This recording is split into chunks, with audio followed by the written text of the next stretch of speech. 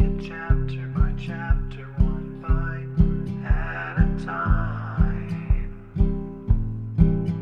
So many adventures and mountains we can climb. Take it word for word, line by line, one bite at a time.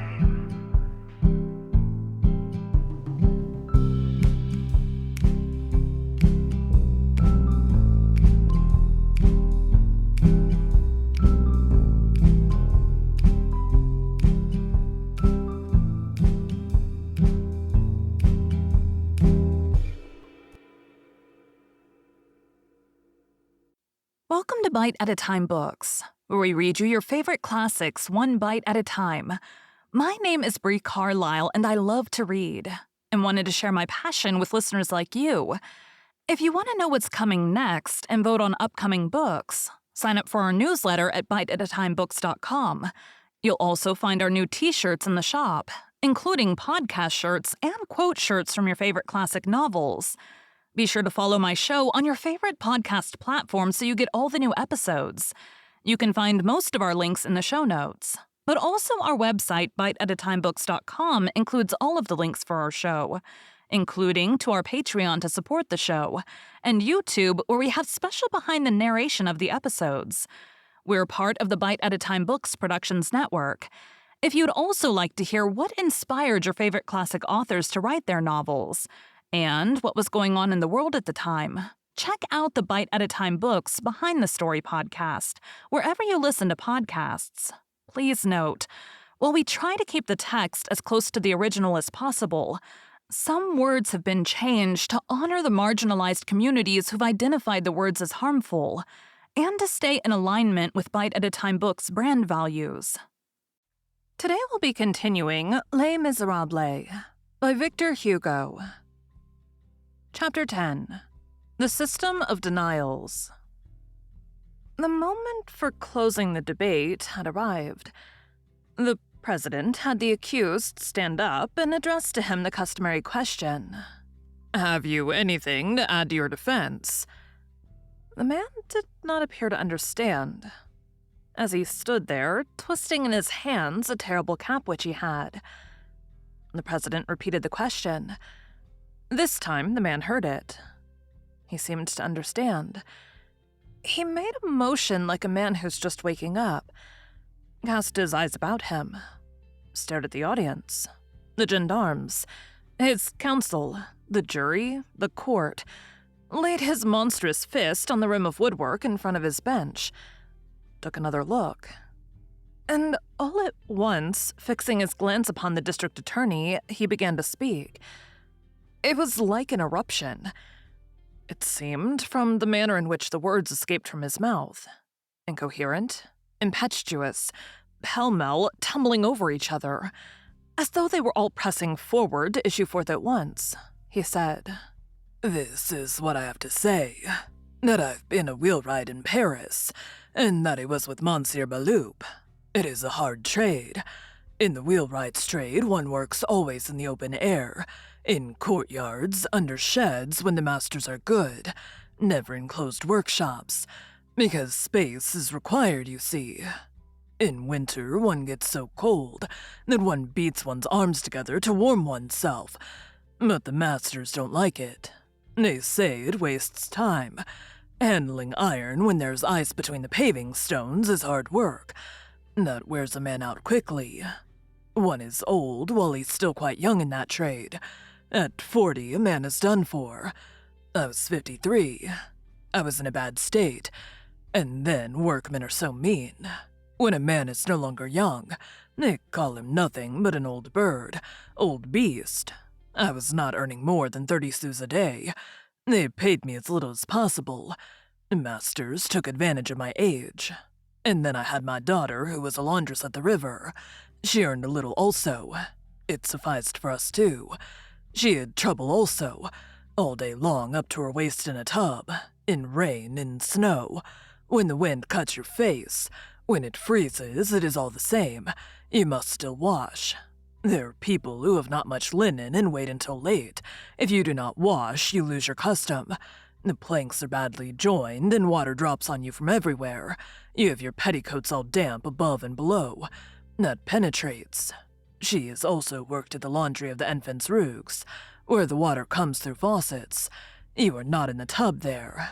You wash at the faucet in front of you, and rinse in a basin behind you. As it is enclosed, you are not so cold, but there is that hot steam, which is terrible and which ruins your eyes. She came home at 7 o'clock in the evening and went to bed at once, she was so tired. Her husband beat her. She is dead. We've not been very happy. She was a good girl who did not go to the ball, and who was very peaceable. I remember one Shrove Tuesday when she went to bed at 8 o'clock. There. I'm telling the truth, you have only to ask. Oh, yes, how stupid I am. Paris is a gulf.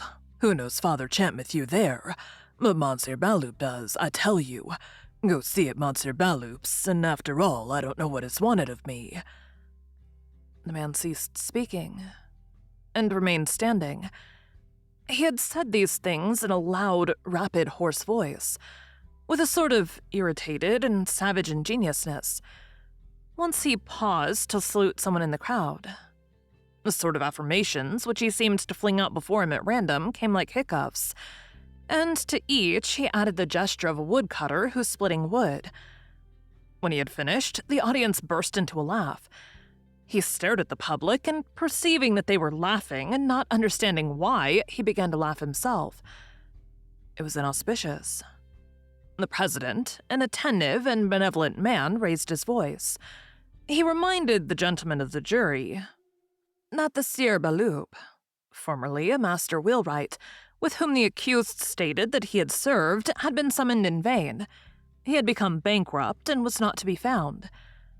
Then, turning to the accused, he enjoined him to listen to what he was about to say and added, "You are in a position where reflection is necessary. The gravest presumptions rest upon you and may induce vital results. Prisoner, in your own interests, I summon you for the last time to explain yourself clearly on 2 points.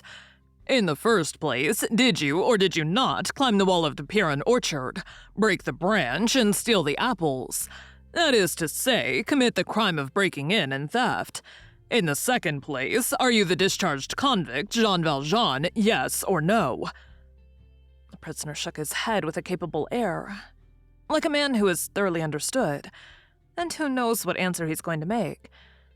He opened his mouth, turned towards the president, and said, "In the first place." Then he stared at his cap, stared at the ceiling, and held his peace. "Prisoner," said the district attorney in a severe voice, "pay attention. You are not answering anything that has been asked of you. Your embarrassment condemns you. It is evident that your name is not Champmathieu, that you are the convict Jean Valjean, concealed first under the name of Jean Mathieu, which was the name of his mother, that you went to Auvergne, that you were born at Faverolles, where you were a pruner of trees. It is evident that you've been guilty of entering and of the theft of ripe apples from the Piran orchard. The gentlemen of the jury will form their own opinion." The prisoner had finally resumed his seat. He rose abruptly when the district attorney had finished and exclaimed, "You are very wicked, that you are. This, what I wanted to say. I could not find words for it at first. I have stolen nothing. I'm a man who does not have something to eat every day. I was coming from Ailey. I was walking through the country after a shower which had made the whole country yellow. Even the ponds were overflowed, and nothing sprang from the sand any more but the little blades of grass at the wayside. I found a broken branch with apples on the ground. I picked up the branch without knowing that it would get me into trouble. I have been in prison, and they have been dragging me about for the last 3 months. More than that, I cannot say. People talk against me. They tell me, answer. The gendarme, who's a good fellow, nudges my elbow and says to me in a low voice, 'Come, answer.' I don't know how to explain. I have no education. I'm a poor man. That is where they wrong me, because they do not see this. I have not stolen. I picked up from the ground things that were lying there. You say Jean Valjean, Jean Mathieu. I don't know those persons. They are villagers. I worked for Monsieur Baloup, Boulevard de la Hospital. My name is Champmathieu. You are very clever to tell me where I was born. I don't know myself. It's not everybody who has a house in which to come into the world. That would be too convenient. I think that my father and mother were people who strolled along the highways. I know nothing different. When I was a child, they called me young fellow. Now they call me old fellow. Those are my baptismal names. Take that as you like. I've been in Auvergne, I've been at Faverolles. Pardi. Well, can't a man have been in Auvergne or at Faverolles without having been in the galleys? I tell you that I've not stolen, and that I am Father Champmathieu. I have been with Monsieur Baloup. I have had a settled residence. You worry me with your nonsense there. Why is everybody pursuing me so furiously? The district attorney had remained standing. He addressed the president. Monsieur le President, in view of the confused but exceedingly clever denials of the prisoner, who would like to pass himself off as an idiot, but who will not succeed in so doing, we shall attend to that. We demand that it shall please you, and that it shall please the court, to summon once more into this place the convicts Brevet, Cochepaille, and Chenadieu, and Police Inspector Javert, and question them for the last time as to the identity of the prisoner with the convict Jean Valjean. I would remind the district attorney, said the president, that Police Inspector Javert, recalled by his duties to the capital of a neighboring arrondissement, left the courtroom in the town as soon as he had made his deposition. We have accorded him permission with the consent of the district attorney and of the counsel for the prisoner. That is true, Mr. President, responded the district attorney. In the absence of Sieur Javert, I think it my duty to remind the gentlemen of the jury of what he said here a few hours ago. Javert is an estimable man, who does honor by his rigorous and strict probity to inferior but important functions. These are the terms of his deposition. I do not even stand in need of circumstantial proofs and moral presumptions to give the lie to the prisoner's denial. I recognize him perfectly. The name of this man is not Champmathieu. He is an ex-convict named Jean Valjean. It is very vicious and much to be feared. It is only with the extreme regret that he was released at the expiration of his term. He underwent 19 years of penal servitude for theft. He made 5 or 6 attempts to escape. Besides the theft from Little Gervais and from the Purin orchard, I suspect him of a theft committed in the house of His Grace, the late Bishop of D. I often saw him at the time when I was adjutant of the galley guard at the prison in Toulon. I repeat that I recognize him perfectly. This extremely precise statement appeared to produce a vivid impression on the public and on the jury. The district attorney concluded by insisting that in default of Javert, the 3 witnesses, Brevet, Chenildieu, and Cochepaille, should be heard once more and solemnly interrogated. The president transmitted the order to an usher, and a moment later the door of the witnesses' room opened. The usher, accompanied by a gendarme ready to lend him armed assistance, introduced the convict Brevet. The audience was in suspense, and all breasts heaved as though they had contained but one soul. The ex-convict Brevet wore the black and gray waistcoat of the central prisons. Brevet was a person 60 years of age, who had a sort of businessman's face and the air of a rascal. The two sometimes go together. In prison, whither fresh misdeeds had led him, he had become something in the nature of a turnkey. He was a man of whom his superiors said, "He tries to make himself of use." The chaplains bore good testimony as to his religious habits. It must not be forgotten that this passed under the Restoration. "Brevet," said the president, "you have undergone an ignominious sentence, and you cannot take an oath." Brevet dropped his eyes. "Nevertheless," continued the president, "even in the man whom the law has degraded, there may remain, when the divine mercy permits it, a sentiment of honor and of equity. It is to this sentiment that I appeal at this decisive hour. If it still exists in you, and I hope it does, reflect before replying to me. Consider on the one hand this man, whom a word from you may ruin. On the other hand, justice, which a word from you may enlighten. The instant is solemn. There is still time to retract if you think you have been mistaken. Rise, prisoner. Brevet, take a good look at the accused. Recall your souvenirs and tell us on your soul and conscience if you persist in recognizing this man as your former companion in the galleys, Jean Valjean." Brevet looked at the prisoner, then turned towards the court. "Yes, Mr. President.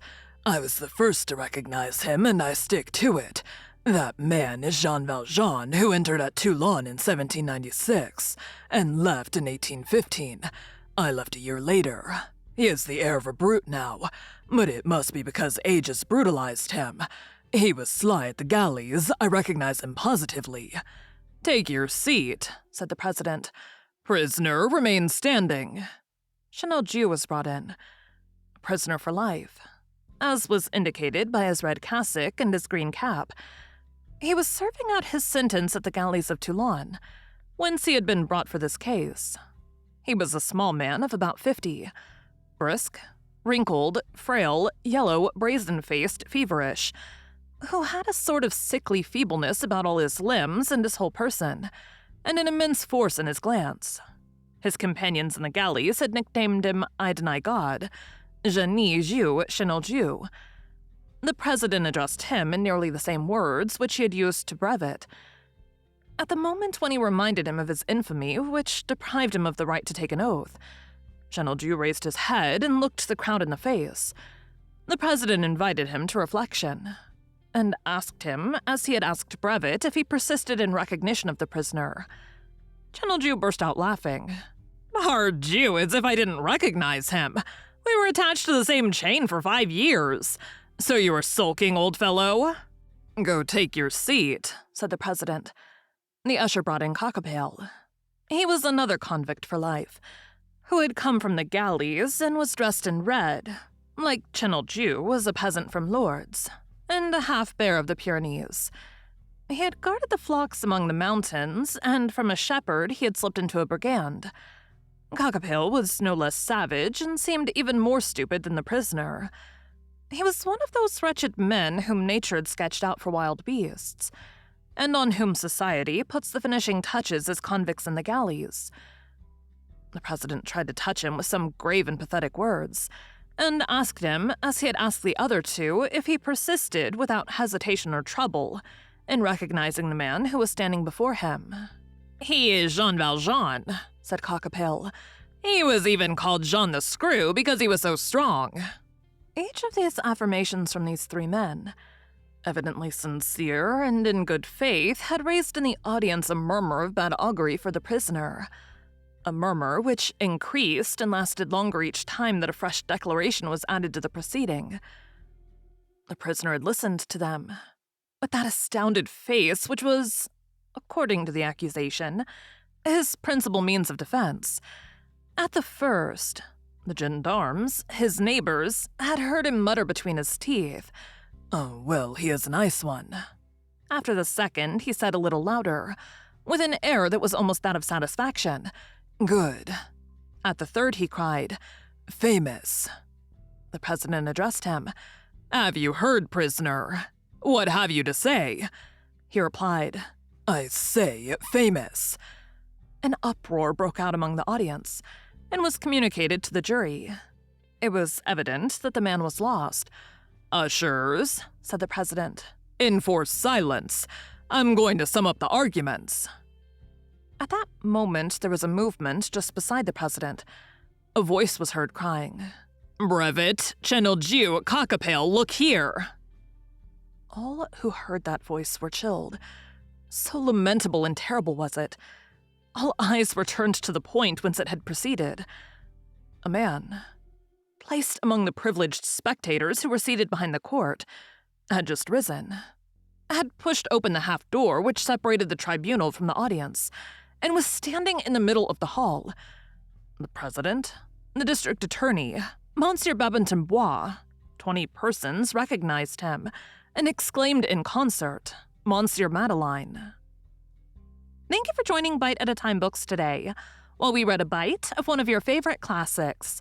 Again, my name is Bree Carlile, and I hope you come back tomorrow for the next bite of Les Miserables.